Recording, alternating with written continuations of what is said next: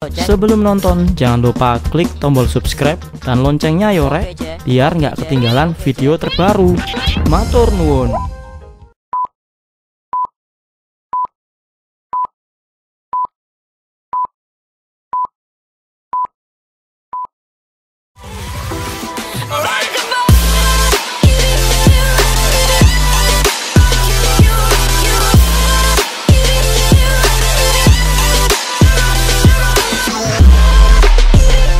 Orang Islam, sebagai orang iman yang mengerti akidah, mengerti tauhid, jagalah tauhid kita dalam kondisi seperti ini. Allah berfirman, ya ayyuhalladzina amanu taqullah haqqa tuqatih. Hai orang-orang iman, takutlah kamu kepada Allah sebenar-benarnya takut kepada Allah, takut yang paling sungguh, yang paling atas. Jangan ada yang menyaingi rasa takut kepada Allah. Fala takhafuhum wa khafuni in kuntum mu'minin. Janganlah takut kepada mereka, kepada makhluk, kepada musuh. Takutlah kepadaku, kata Allah, in kuntum mu'minin. Ini seruannya bahwa rasa takut kepada manusia, kepada siapapun tidak boleh berlebihan. Yang harus berlebihan, harus sungguh rasa takutnya itu hanya kepada Allah. Namanya mentauhidkan dalam khasyah. Yang pertama tadi mentauhidkan dalam takwa, semua bermakna takut. Fala takhshawhum wakhshawni, kata Allah, janganlah kamu takut kepada mereka, namun takutlah kepadaku. Wala yakhshawna ahadan illallah. Ini mensifati para nabi, para utusan Allah yang tauhidnya tinggi, imannya tinggi. Mereka itu wala yakhshawna ahadan illallah. Mereka tidak takut kepada seorang pun kecuali kepada Allah. Supaya kita lebih tenang, lebih bisa mengendalikan diri, ya, supaya tidak takut berlebihan. Ya, ini ma asaba min musibatin illa biiznillah. Tidaklah menimpa suatu musibah kepada siapapun kecuali dengan izin Allah. Tadi dikatakan bahwa penyakit, wabah ini termasuk musibah, ini cobaan, dan tidak akan menimpa kepada siapapun kecuali dengan izin Allah. Berarti percuma kalau kita takut kepada makhluk, kepada wabah, lupa kepada Allah. Karena apa? Karena yang mengizini Allah. Kalau Allah tidak mengizini, tidak akan bisa. Ya, seperti misalkan ada anjing herder. Ngerti anjing herder nggak? Kalau dilepas lapar nyokot itu. Tapi dikurung, dijaga oleh seseorang di situ, polisi misalkan. Kurungnya sudah, gemboknya sudah besar, besinya juga tebal, nggak mungkin dia keluar. Ya. Ketika yang menjaga ini tidak membuka anjing ini, ngejar kita apa enggak? Enggak ngejar. Jadi kuncinya ada di penjaga ini. Kuncinya ada di penjaga. Allah lebih dari itu, saudara. Yang menciptakan, yang menjaga, yang menimpakan, itu Allah. Jadi penyakit itu yang menciptakan Allah, yang menjaga dan membagi, yang menimpakan kepada orang yang dikehendaki itu Allah semua. Makanya itu harus kita jaga tauhid kita ini kepada Allah. Wa ma hum bidarrina min ahadin illa biiznillah. Tidaklah mereka dapat membahayakan seorang pun dengan sihirnya kecuali dengan izin Allah. Ini perbandingan.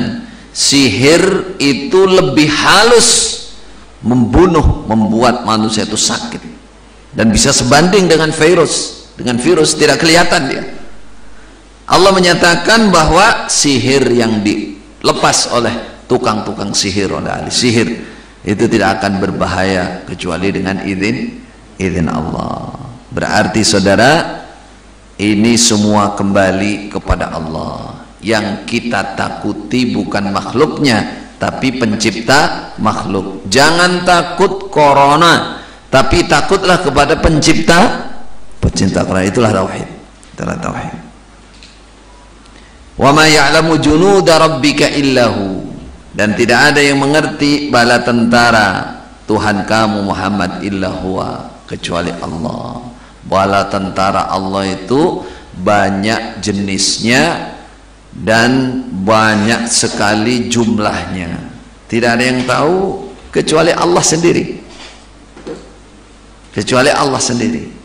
Yang akan kita ambil dari ayat ini termasuk hewan-hewan kecil, virus-virus kecil, itu bisa oleh Allah diutus membawa malapetaka bagi orang kafir, membawa malapetaka bagi musuhnya Allah, bagi musuhnya Allah. Seperti di sini kisah Namrud. Namrud itu siapa? Namrud itu yang membakar Nabi Ibrahim. Qala Zaid bin Aslam wa ba'atsallahu ila dzalikal malikil jabbar malakan. Allah mengutus kepada demikian raja yang angkuh, yang sombong itu seorang malaikat. Ya'muruhu bil imani billah.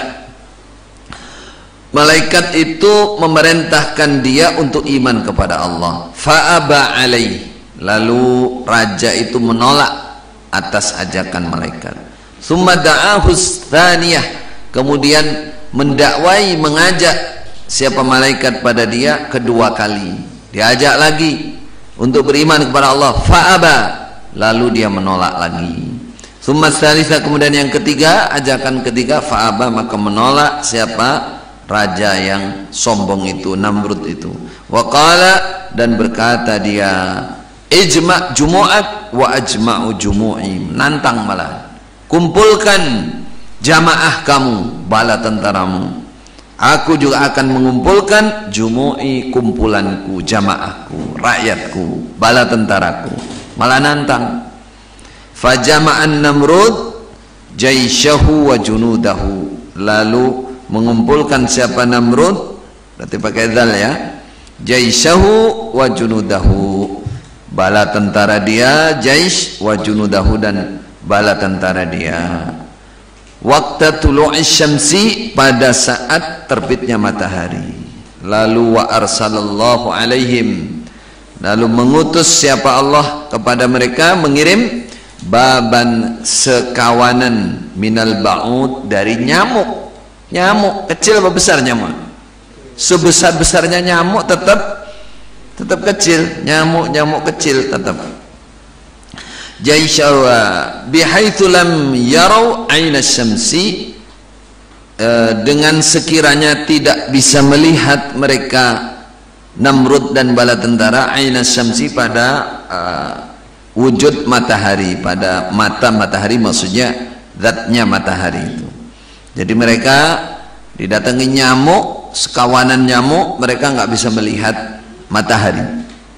Berarti ya banyak, saudara, berarti banyak sekali nyamuk itu yang datang.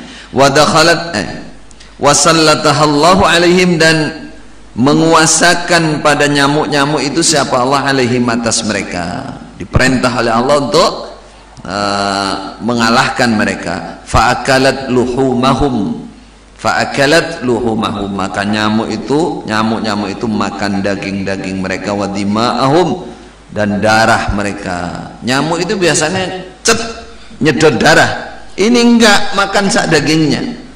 Tapi nyamuk yang banyak sekali.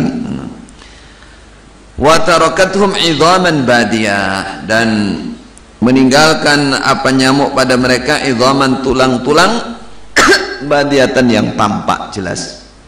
Makan dagingnya, bukan hanya darahnya, sampai kelihatan tulang-tulangnya. Wa dakhalat wahidatun minha, dan masuk seekor nyamuk dari nyamuk-nyamuk itu, fi mankharai al-malik, di dua lubang hidung raja itu. Kok dua lubang hidung? Masuk di satu lubang, terus bersarang di khayshum, di ujung hidungnya, di ujung hidung.